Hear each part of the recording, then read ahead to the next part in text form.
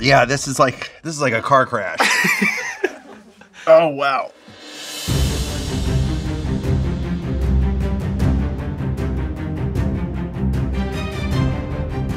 Hey, what's going on, everybody? For First We Feast, I'm Sean Evans, and you're watching Hot Ones. It's the show with hot questions and even hotter wings. And today we're joined by Ed Helms. He's an actor and comedian whose credits include some of the all-time most successful comedy franchises, including The Office, Daily Show, and the Hangover trilogy. His latest project, though, is True Story with Ed and Randall, an original comedy series streaming exclusively on Peacock. Ed Helms, welcome to the show. Thank you so much for having me. Before we get started, how would you gauge your level of comfort around spicy food? In my teens and 20s, I took pride in really going for the hot stuff. My brother called me asbestos tongue. Wow. Because I would always order the hottest version of whatever we were eating. I haven't done that in a long time, and I'm nervous. Like I'm really nervous.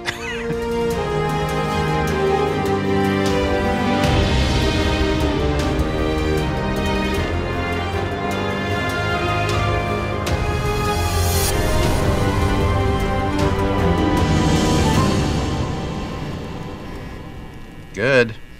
I mean, it's the classic, right? Right.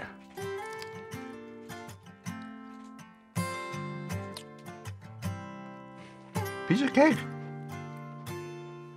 I mean, quite yummy.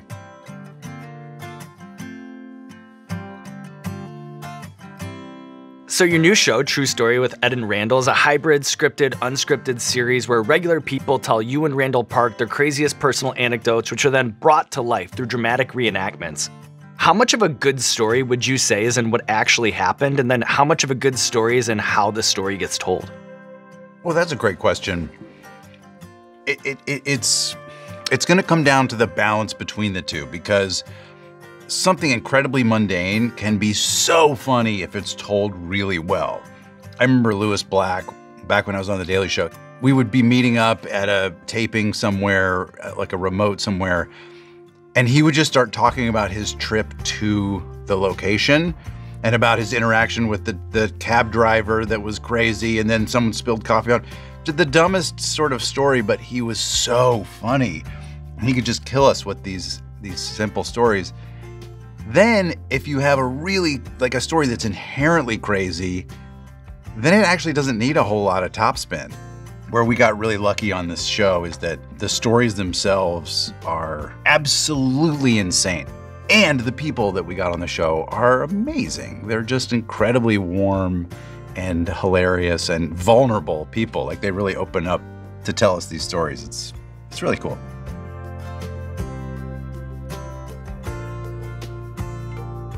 Hey, I'm getting that garlic. That's number 2. Right. Holy shit. All right. I mean, I like it. I'm still happy. I'm not angry yet.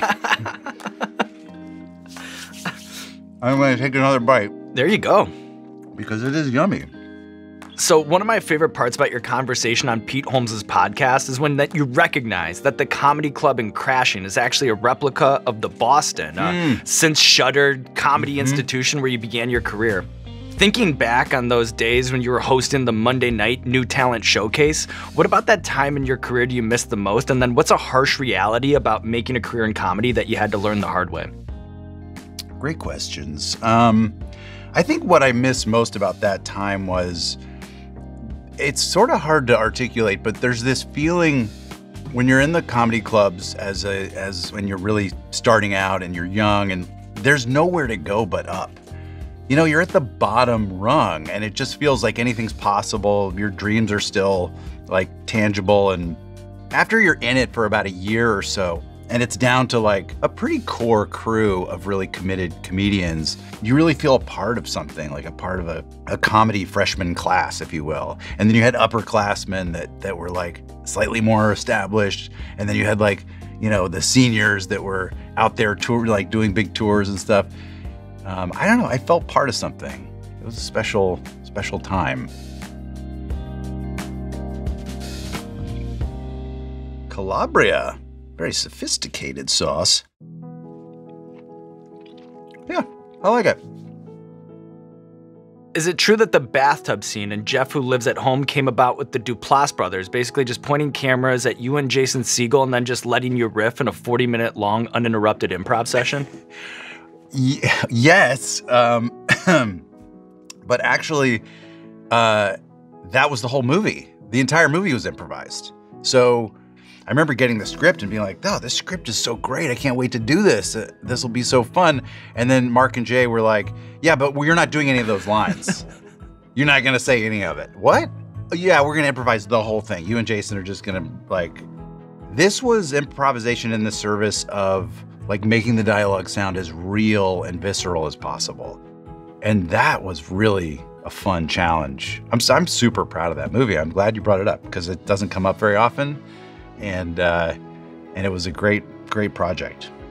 Is it true that there were no special effects involved in the missing tooth and the hangover because you actually just never had an adult incisor grow in? Yes, that is true. Some of these sauces are talking back. But it was in the script, and so right away, once we got into pre-production, Todd, the director, was like, how are we gonna do this? Or what are you comfortable with? And I said, well, I don't know, we'll talk to the visual effects guys. And they said, okay, we'll try blacking it out. So we did a little screen test with just like, like Halloween pirate costume style, like just some black on the tooth, which actually looks good in person, but on camera it looked terrible. But I was like, I wasn't gonna say anything, but this tooth is actually fake in my mouth, and I can ask my dentist if we could take it out. I mean, it's been a permanent implant since I was a teenager. I went to my dentist, and he said, "Oh yeah, no problem. We can just take the crown off and like put a little thing in there to keep your gum healthy." And I had to go back and shoot The Office at the same time. And so he made me a retainer with a fake tooth on it, which made me sound drunk because I was like, my tongue couldn't form words, but we got through it.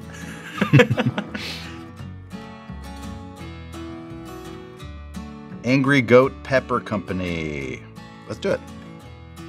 I thought like maybe I got a very light coating on my wing. But upon further investigation. But yeah, then it sort of has a afterburner, right? Ooh, yeah. Still delicious though. So some people watching this may be surprised to learn that in addition to being a prolific actor, you're also an experienced banjo player and still perform alongside your band Lonesome Trio, which you created in college. What's your defense of the banjo to people who lump it in with the accordion or the ukulele or other instruments that don't get the respect they deserve? There's no defense. They're exactly right. There's very little redeeming about a banjo. I love the banjo and I love to play it. I consider that a curse. It's obnoxious. It dominates. It's very hard to play well, so most of us play it kind of badly. I have some little gene or clump of brain cells that is drawn to it. And I can't explain it, but I would never try to defend a banjo. I'd never try to convince someone that banjos are great. You either like it or you don't. Well, I appreciate the education, Ed. Are you ready to move on here to the midway point? Los Calientes Rojo, and you're doing That's fantastic. Enough about bluegrass, Helms. Shut up about the goddamn banjos. Let's eat some wings. All right, where are we? Los Calientes Rojo. Okay, somebody in the crew just moaned because they're scared for me right now.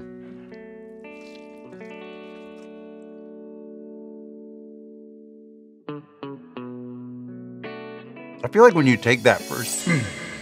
Whoa.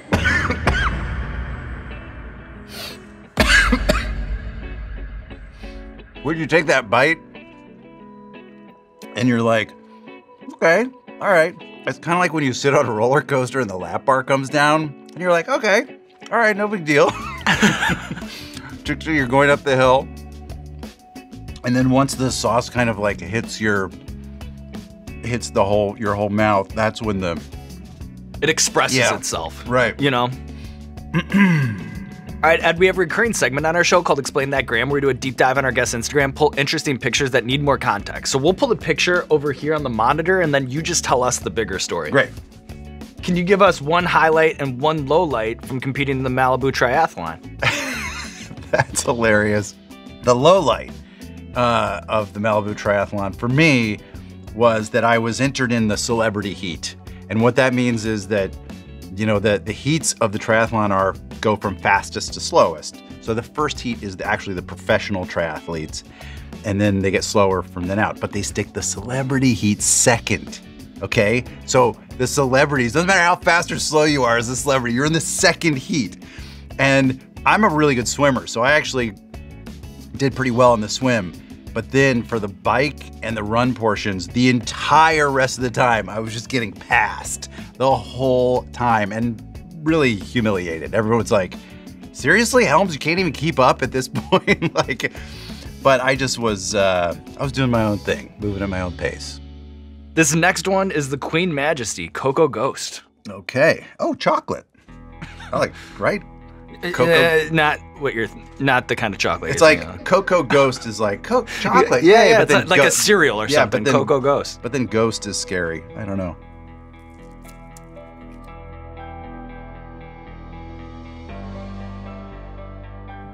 It's yummy. It's yummy and it's hot. Mm-hmm. But it's not kicking my ass yet. This one isn't. Oh, that's a rather poetic segue into this question. You know, sometimes when guests come onto the Hot Ones set and they're really confident or think that it won't be a big deal, there's a degree to which I sit here knowing that they don't realize that the game has more or less been rigged to ensure that they fall into a trap at some point. And I'm wondering if you think there's a connection that could be made between that and doing Daily Show field pieces. Like, to what degree are you guys playing 3D chess where even if you go in there and who you're talking to knows what you're there to do, maybe it's just still impossible to stop? So you're telling me that I'm gonna die, is what you're saying. You're telling me that I now have a false sense of security. The last chapter has not been written yet. No, actually, it really felt like you were churning a lot of gears to draw that metaphor, but it's good. It's a good one because shooting a Daily Show field piece, it was always surprising to me, first of all, that certain people were just willing to talk to us. The other thing that surprised me was that every time someone thought that they knew the show really well and that they could sort of like outsmart us in the interviews, kind of like me, like I'm like, hey, I can handle some hot sauce. They would fall the hardest because they really don't have any idea like how we do it, like what our techniques are in the interview, and especially in the edit, like what we're able to do in that. And it's like, the more hubris, the harder they fall. That's what I've found too. Sometimes I make the analogy, it's like a professional wrestler. You know, when you start showboating, that's when somebody smashes a chair over the back of your head, you know? Yeah. Well, speaking of, are you ready to move on to the next wing? This is 13 Angry Scorpions, Jekyll and Hyde. Oh, wow. I mean, couldn't it be either or? Like 13 Angry Scorpions feels like enough of a name. But you have to also be Jekyll and Hyde? All right. I mean, if it's Dr. Jekyll, we're fine. This one's Hyde. This one's Hyde. This one's Hyde. This is Mr. Hyde. All right, here we go. Oh, and this has got a lot on it. It's shiny. Oh, yeah. This one's shiny.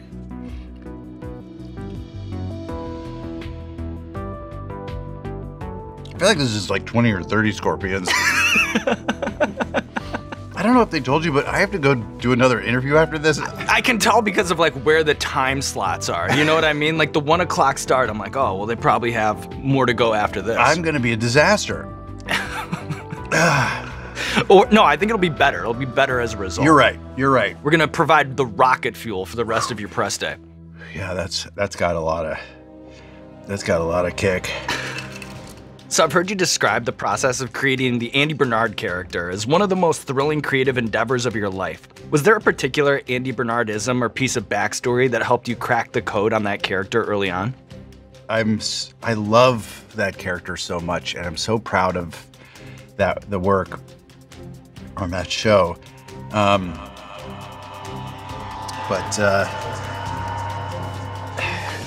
We might need to call a medic. I'm just saying, if there's like a mouth medic, like somebody who's specific, No. Dom, just hover over the button. Like, I feel like maybe I could sit in front of a fire hose and just that would feel good right now.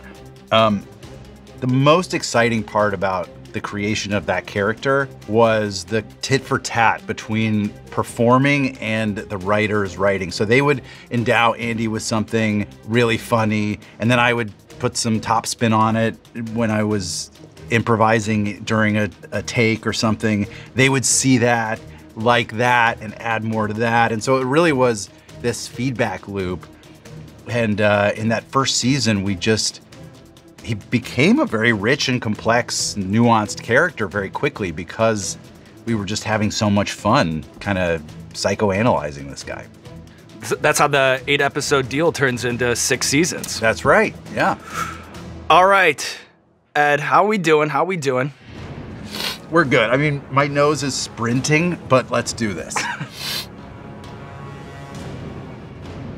Beyond Insanity, and it actually has a biohazard symbol on the label. Here we go.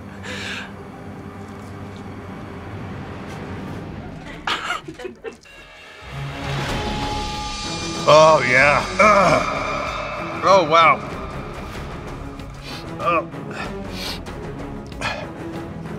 That's different. There's nothing redeeming about that. Mm-mm. It doesn't taste, ow. Ow. Ow.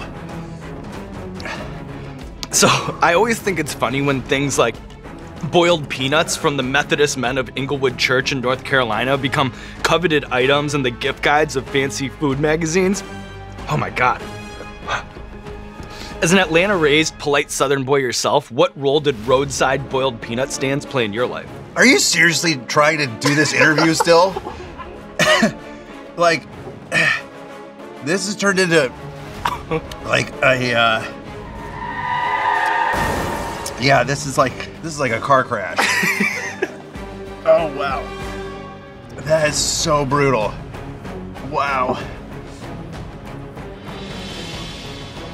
Roadside boiled peanut stands was very much a part of like Southern back road or highway culture. And my dad loved boiled peanuts. He's from Alabama, and I just grew up eating boiled peanuts out of paper bags a lot on road trips. And I loved it and I missed it. And there's not much more to that story. Are you happy now? For the uninitiated, what is a pimento cheese sandwich? And then what distinguishes a good one?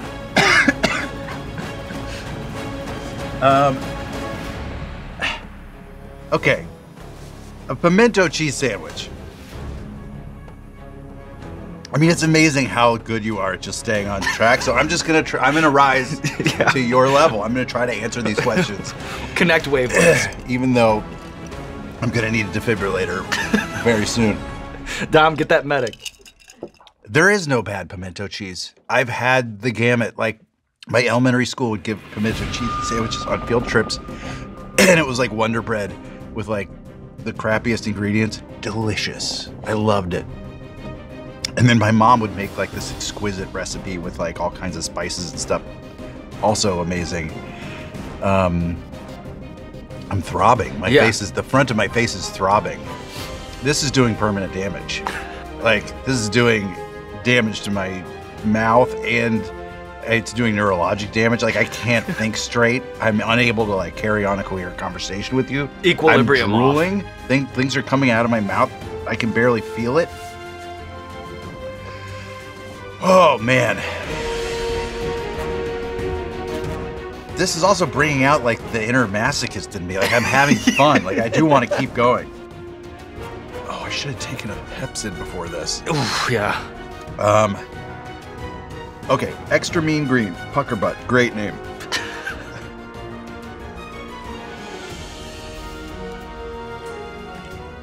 Well, I couldn't tell you what it tastes like or what it feels like because my mouth is completely numb. That's the blessing. That's the blessing of Da Bomb. That's the blessing of Da Bomb.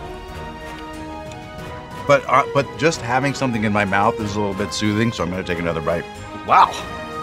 Putting on a show. Mm-hmm. How would you describe your complicated relationship with a cappella music? You once told New York Magazine that it's the most paradoxical art form there is. It is, right? When people are performing a cappella music, there's like, even if they're the most benevolent, wonderful, kind human beings, it just comes across as kind of like smug and self-indulgent. I don't know why that is. It's a weird thing. That said, it is the most fun thing to do. Like, if you're in a good a cappella group, which I was in college. Shout out Oberlin. Oberlin Overtones. We were so tight. It was so fun. Like, it just is really fun to do. So yeah, it's a weird, I think anyone who's into a cappella music kind of understands that paradox. All right, Ed. Yeah? Are we shaking it up?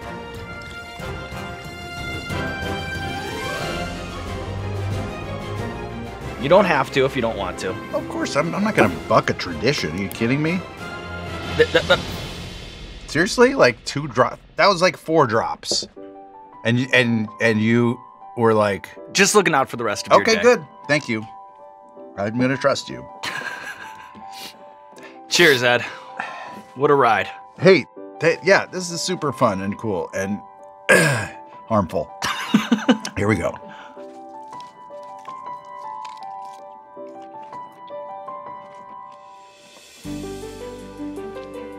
Again, the lap belt's coming down. I don't know what ride I'm in for yet.